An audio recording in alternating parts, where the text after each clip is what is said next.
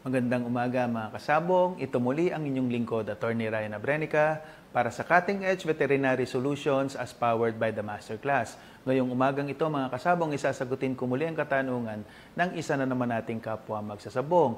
At yun ay, Attorney, napanood ko yung iyong isang episode na automatic out sa selection. Okay naman po ang galaw ng aking mga manok sa aking farm, pero sa mismong sabungan, doon sila napakalikot at medyo nervyoso. Ano po kaya ang medyo mali kong ginagawa?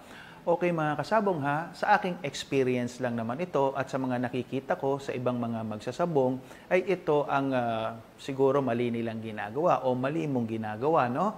So number one mga kasabong, baka naman ang iyong manok ay binibigyan mo ng stimulant o kung anumang last minute na supplement bago sila ilaban, no? Alam ko ang dami kong nakikita sa mga markets at sa mga ibang agri-vet stores na meron pang mga last minute supplements na ibinibigay sa ating mga manok, no? Yung iba nagbibigay ng mga stimulants. So, ano ba ang ibinibigay niyang stimulants? So, pag gumamit ka ng mga stimulants, there will be that stimulation of the central nervous system. Kaya nga CNS yan, pinag-uusapan natin. Mas stimulate mo yung CNS, malamang pag medyo nasobrahan ng konti yung dosage, talagang magha-hyper ang manok mo, no? So, yan naman ang effect niyan. Gising na gising yung manok. Minsan nga lang, sobra pa sa gising para nang durog yung iyong manok, no? That is why I stay away from those type of supplements, lalong-lalo na yung mga last minute. Kasi isipin mo, kasabong ang iyong manok ay 2 kilo lamang, no? Iba naman yung tao. So, yung mga manok na nasosobrahan sa binibigay na mga suplemento, lalo na yung mga last minute na binibigay nila sa kanilang mga manok, ay hit and miss yan. Hindi mo kasi alam ang epekto ng mga last minute na gamot or stimulants na yan sa isang manok na 2 kilo lamang, no? So, stay away from those and stay natural as much as possible, no?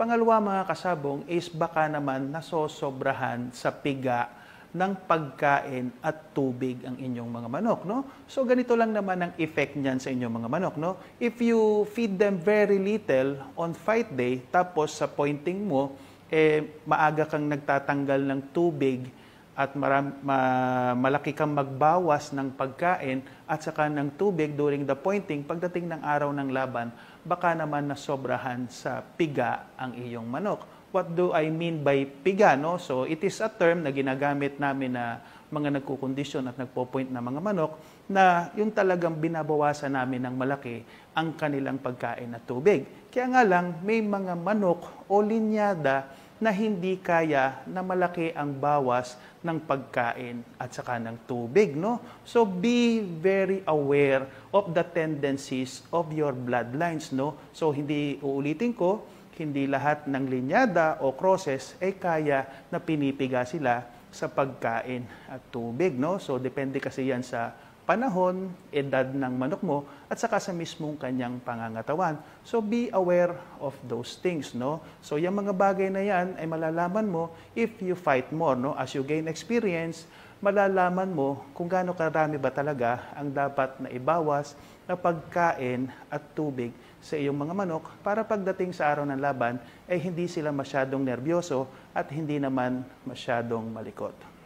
Ito muli ang inyong lingkod, Attorney Ryan Abrenica, para sa Cutting Edge Veterinary Solutions as powered by the Masterclass. Mga kasabong, malapit na muli ang ating face-to-face Masterclass or Batch 52 on November 29 and 30, no? So inaanyayahan ko po ulit kayo dito sa aking resort sa Lapu-Lapu City para magpangipangitan naman po tayo. At doon naman po sa mga hindi makakarating for the face-to-face masterclass ay bukas pa rin naman po ang ating online masterclass para rin makapag-aral kayo kahit wala kayong time na pumunta sa actual masterclass. Cutting Edge number 1.